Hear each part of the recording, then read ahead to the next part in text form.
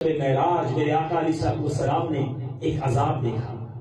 نبی پاک علیہ السلام said, on the night of Miraj, I saw some people who were hanging on the branches of fire. So I asked, O Jibreel, who are these people? یہ کون ہیں جو آگ کی شاخوں سے لٹکے ہوئے ہیں؟ He replied, these are the people who used to speak ill of their parents, of the fathers and mothers in the world. ماں باپ کو برا بھلا کہنے والے، گالیاں نکالنے والے میرے آقا نے دیکھا آگ کی شاخوں سے لٹکے ہوئے. توبہ کریں، کبھی اپنے ماں باپ کو برا بھلا نہ کہیں.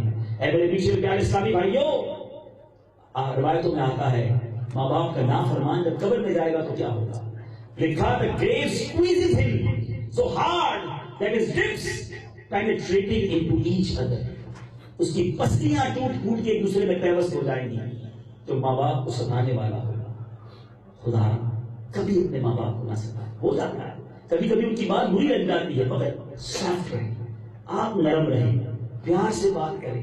بوڑھے ہو گئے ہیں، کتنی عجیب بات ہے کہ دو ماں باپ 8-8 10-10 بچے سنبھال لیں، اور اب 8 بھائی بہنوں سے 2 ماں باپ نہیں سنبھلتے.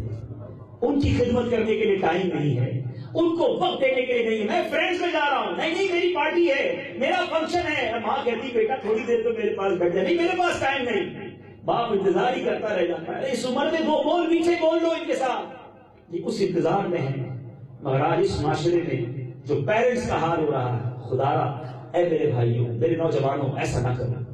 ماں باپ ناراض ہو کر دنیا سے چلے گئے، حسرت ہی رہ جائے گی کہ وہ نعمت چلی گئی کہ دیکھتا تو حج مغرور کا ثواب تھا، قدم چومتا تو جنت کے چوکھٹ چومنے کا ثواب تھا. یہ چلے نہ جائیں، ان کی خدمت کیجیے.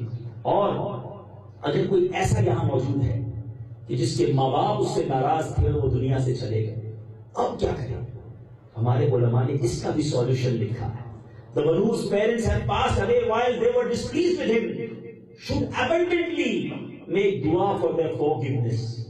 As the biggest gift for the deceased is the dua of forgiveness. زیادہ سے زیادہ ان کے لیے دعائے مغفرت کرے. He should also make as such ایثار ثواب to them as possible. جتنا ہو سکے ایثار ثواب کرے. When the deceased persons or deceased parents receive the gifts or rewards on a regular basis, it is hoped that they will get pleased with him. آپ کے ثواب پہنچتے رہے ان کو قبر میں.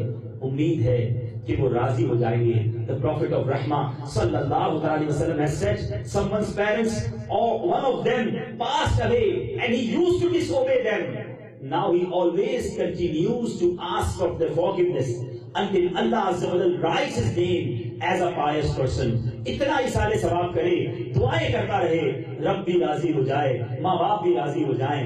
اچھا طریقہ یہ ہے، اللہ نے نوازا ہو مسجد ماں باپ کے نام پر بنا دے. جن کے ماں باپ دنیا سے چلے گئے ان کے ایثار ثواب کے لیے کوئی ایسا کام کرے کہ ڈیلی بیسس پر ان کی قبر میں ثواب کے تحفے پہنچتے رہیں.